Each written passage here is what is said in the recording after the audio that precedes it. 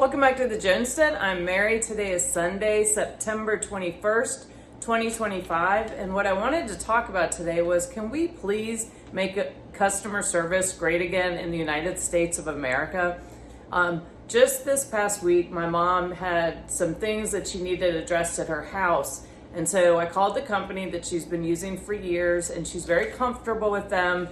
So that is who I usually will continue doing business with, whoever she's comfortable with, obviously. And they've always had very nice, personable customer service. So I called to schedule an appointment to have somebody come out, and a woman, what I thought was a woman, answered the phone. And then as I'm listening, I thought I was talking to a person, and then I realized I'm talking to an artificial intelligence customer service agent. So I'm talking to a computer, but it sounds like a real person. And so then I kind of felt silly because I thought I was talking to a real person. So automatically, as a customer, the business has made me feel silly. And then I realized since I'm talking to artificial intelligence, I have to change the way that I'm saying what I'm saying. And there's no, as I'm sure you all know, there's no nuance when you're talking to an artificial intelligence customer service thing.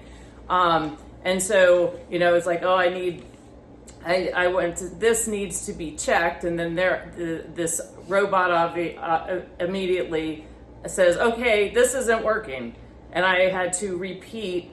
And then I said, can I just speak with the human? And the artificial intelligence customer service thing says, I understand you might not be comfortable talking to a computer.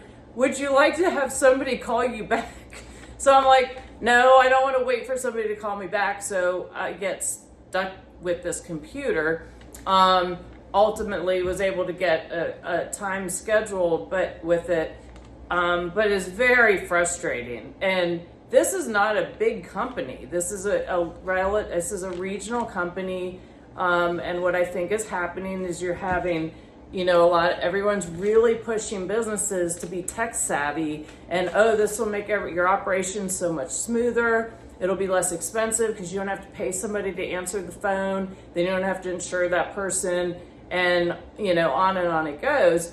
But honestly, I think that these businesses are shooting themselves in the foot because it takes away. I personally, if it were me, I would stop doing business with this company just for this reason. And I'm not alone, and I will get to that in a few minutes. But the other thing is that there's no added efficiency because you're waiting for this AI to I don't know, we even know how to describe, process it and then repeat.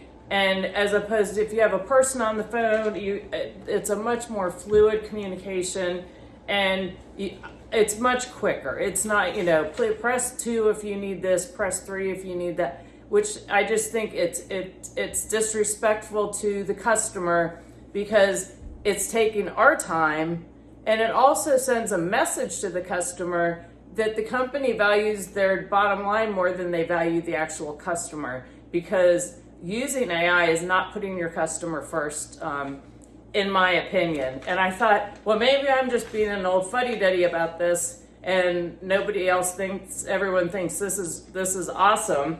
So I looked up a couple articles, and one I found was in Forbes, and this was actually published, this was in 2024, and it's titled Beyond the Hype, What 1,000 US Customers Really Think About AI. And they did a survey because they're always, surveying businesses and then the people who are providing these tech services, which of course just hype them 6 ways to Sunday. But nobody's asking us, and none of us, some people like self-checkout. I don't like self-checkout. And I also don't like being treated as though I'm a thief because I'm using self-checkout. And I don't understand why we have to do all the work, and then they still pay people to stand around and stare at us while we do it, and then they check the receipt on the way out. Anyway, but I digress.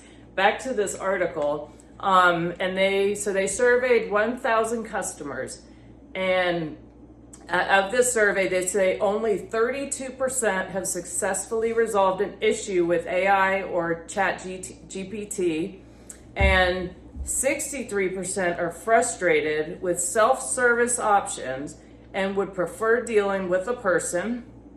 And also, and I would agree with that. I would much rather communicate with the person, and also a person that doesn't have an extraordinarily strong accent that you can't understand.